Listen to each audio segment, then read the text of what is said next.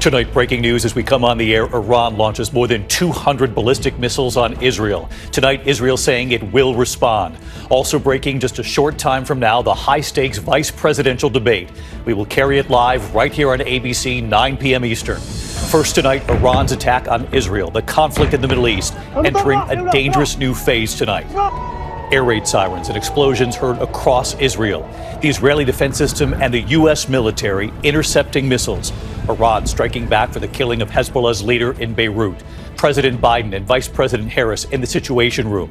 Matt Gutman standing by in Israel, and Martha Raddatz is right here tonight. How concerned is the U.S. now of a full-scale regional war? Of course, all of this affecting the race for the White House tonight.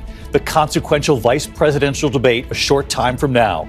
Governor Tim Walz and Senator J.D. Vance likely to face questions on the crisis in the Middle East and, of course, the issues right here at home. ABC will carry the debate live 9 p.m. Eastern. The economy tonight and this crippling new strike. Union workers up and down the coast and the Gulf, tens of thousands of dock workers walking off the job. The strike now threatening the nation's supply chain. Tonight, the search efforts growing more desperate by the hour with the death toll from Hurricane Helene rising. More than 150 lives now lost. Search teams now going from structure to structure. Tonight, the story of one couple swept away by a wall of water. Rescuers now looking for one man's fiancée. Also tonight, the disturbing new accusations against Sean Diddy Combs, an attorney coming forward claiming to represent 120 alleged victims. There is a massive manhunt underway at this hour for an escaped prisoner who's being described as violent and dangerous. The news tonight on breast cancer, the alarming rise in cases among young women, what they're seeing. Tonight, the last photos of baseball great Pete Rose appearing with his former teammates, and the medical examiner now revealing his cause of death. The video just in tonight, former President Jimmy Carter turning 100 right there in his blue ball cap, watching the flyover for his birthday. And tonight, the loss of a beloved actor. We remember a well-known TV dad. From ABC News World Headquarters in New York, this is World News Tonight with David Muir. Good evening, and it's great to have you with us here on a very busy Tuesday night. We have several breaking stories tonight, and of course, the high-stakes vice presidential debate. Governor Tim Walz, Senator J.D. Vance facing off. We will carry the debate live right here on ABC, 9 p.m. Eastern. But we do begin tonight with Iran's attack on Israel, the largest missile attack on Israel ever. Iran launching more than 200 ballistic missiles fired on select targets, including 3 air bases and on Israel's intelligence headquarters. Israeli defenses and the U.S. military tonight intercepting most of those missiles. Tonight, Israel is vowing to strike back. The swarm of missiles and intercepts seen over Tel Aviv, these are the images tonight. Similar scenes in the skies over Jerusalem and other cities in Israel. And the missiles could be seen in the skies over several countries in the region. Sirens wailing in Jerusalem during the attack, police racing through the streets, warning people to take shelter. A local resident capturing the moment one of the waves of missiles rained down on a military base. This is in southern Israel. Multiple bases hit. Officials say one person was killed in the West Bank, several injured, debris falling to the ground. People could be seen moving part of a rocket out of a West Bank town. This video just in tonight, Iran's news agency releasing footage of what it says are those missiles being launched toward Israel. The U.S., of course, monitoring the developments closely. President Biden, Vice President Harris with their national security team in the Situation Room today. Martha Raddatz is here with me tonight. How concerned is the U.S. of a wider regional war, what she's learning at this hour, and Israel vowing a response tonight? Matt Gutman from Tel Aviv.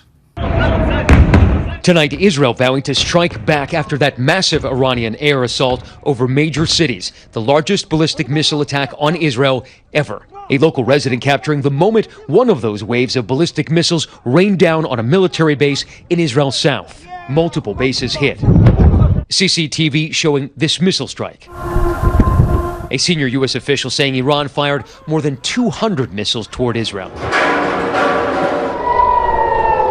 Sirens wailing, interceptors picking off some missiles, explosions lighting up the night sky.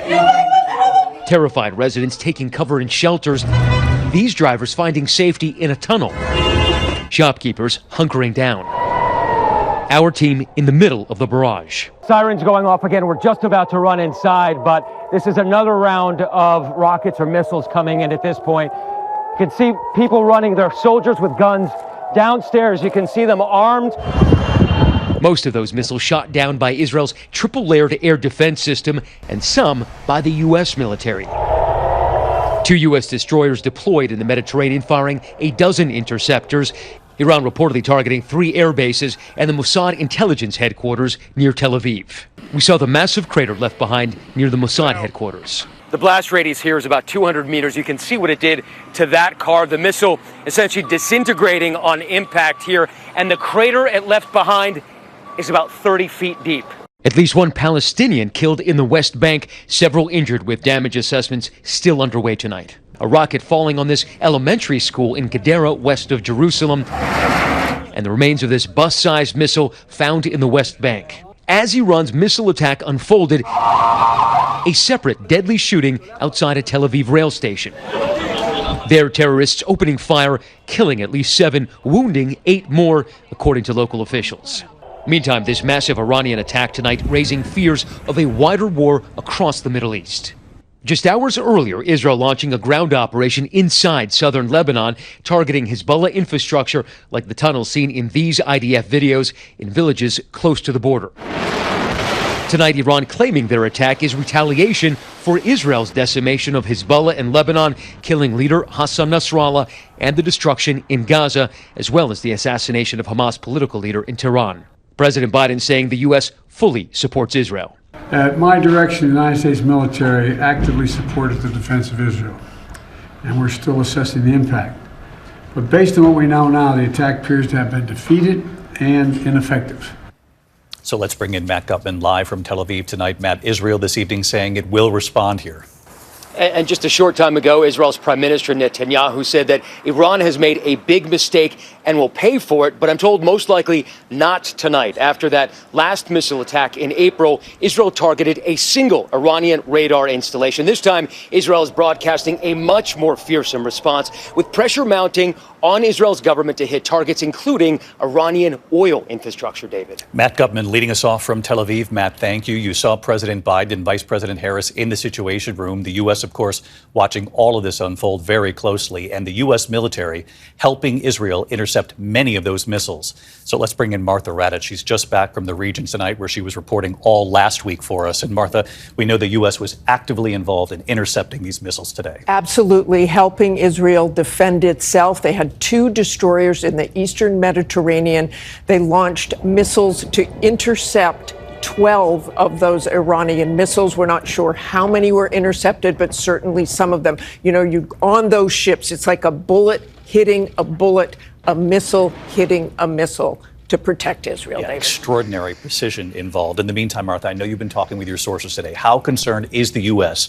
of the potential of a wider regional war here? And could Israel, now vowing to retaliate, could Israel target Iran's nuclear sites? Well, at this point, David, my sources tell me they don't really know what Israel is going to do. They're waiting. They will probably get some sort of heads up before they respond, but they are worried about how broad a response. I don't think they're concerned at this point that they will hit nuclear sites, but it is certainly possible. But given the fact there was not major damage, they're hoping that Israel tamps it down. All right, Martha Raddatz, again, just back from the region for us. Thank you, Martha. We'll see you for the vice presidential debate tonight. In the meantime, of course, this escalation in the Middle East is affecting the race for the White House. Tonight's consequential vice presidential debate, Governor Tim Walz, Senator J.D. Vance, likely, obviously, to face questions about the crisis in the Middle East, as well as the issues right here at home. We're going to carry the debate live here on ABC, 9 p.m. Eastern, but tonight, Mary Bruce on both campaigns, reacting swiftly tonight to the dangerous turn with Iran and Israel.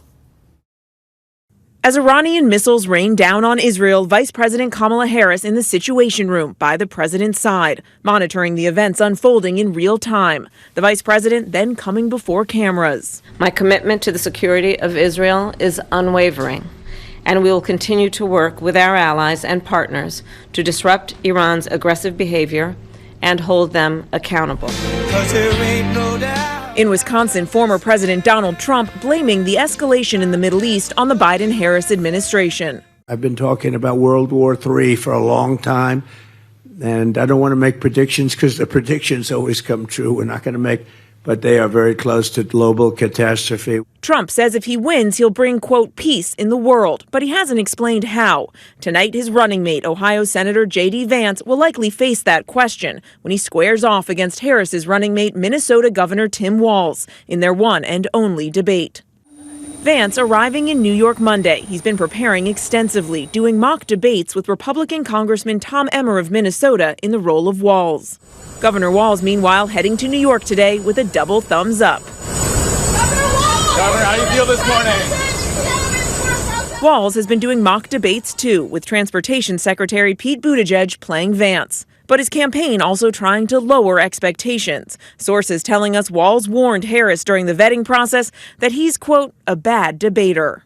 Both sides trying to bring down expectations here. Mary Bruce with us also here in New York tonight. The conventional wisdom, Mary, is usually that these vice presidential debates don't matter all that much. We think back to the past. We can think of a moment or two from each one of these vice presidential debates. But when you look at the polling in each one of these 7 key battlegrounds that will decide this election, it is so close, a point difference between Trump and Harris. How they perform tonight, if either one of them gets themselves into trouble or has a great moment, it could actually make a bit of a difference here. David, it is so close. Just look at the 538 averages of these battleground state polls. It is razor thin across the board. In Michigan, Harris up 1.9. Wisconsin, Harris up 1.6. In must-win Pennsylvania, Harris up by just 0.6. In the Sun Belt states, Harris up a point in Nevada. Trump leading by less than a point in North Carolina. Trump up 1.3 in Georgia and up 1.5 in Arizona. And that is why this debate tonight really does matter. Because if they can just do something to move the needle, even a little bit in these key battleground states, it could make all the difference. We're staring at one of the closest races we've ever covered, Mary. Thank you. And be sure to join us for live coverage a short time from now. We'll carry the debate live on ABC. Our team with special coverage, the stakes, what we've learned already about the preparation. That starts at 8 p.m. Eastern. And then, of course, as I've mentioned, the debate, 9 p.m. Eastern on ABC. Vice presidential debate hosted by CBS Governor Tim Walz, Senator J.D. Vance. Live here on ABC. We'll see you at 9 p.m. for the debate. Barry, thank you. In the meantime, we turn to the economy tonight and to this crippling strike. Tens of thousands of union dock workers up and down the East Coast and the Gulf walking off the job, threatening the nation's supply chain and, of course, then the prices you could potentially pay. Elizabeth Schulze from New Jersey again tonight. Tonight, crucial ports that fuel the American economy from New England to the Gulf Coast at a standstill after tens of thousands of union dock workers walked off the job. If it's a fight they want, The International Longshoremen's Association and the U.S. Maritime Alliance failing to reach a deal, leaving ships sitting offshore in Texas and shipping containers at some of the busiest hubs in the U.S. idle just weeks before the holiday season. The impasse could cost the U.S. billions of dollars a day and drive up consumer prices. Experts say for every day the strike lasts, it could take nearly a week to clear the backlog. Under the old contract, a dock worker could earn a typical salary of $100,000 per year. The union wants to boost pay to $177,000 annually over 6 years and add protections against automated machines. Jacqueline Velos is a single mother working at the docks in New Jersey. Her 3 little girls joining her on the picket line. Everything that comes into this country comes in through us. The supply that everyone receives daily, it comes through us. And we're not appreciated. Ahead of this strike, we have already seen major retailers like Walmart and Costco divert some of their shipments to ports on the West Coast to avoid shortages during the holidays. David. Elizabeth Schulze back with us tonight. Elizabeth, thank you. Next tonight here, the search efforts growing more desperate at this hour. The death toll from Hurricane Helene rising, more than 150 lives now lost.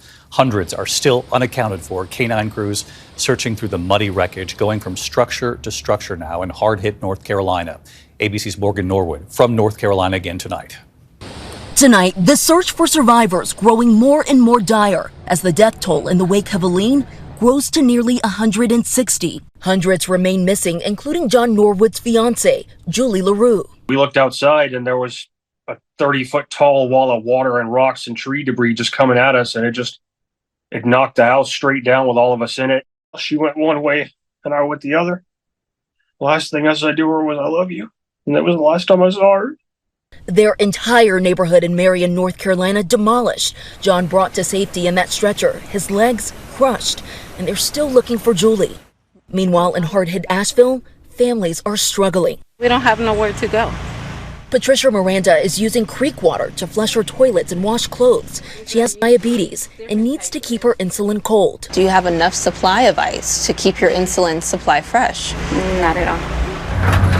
And tonight, a first look at cleanup in Irwin, Tennessee, towing ambulances away where dozens were rescued from the roof of that hospital, dump trucks filled with trees.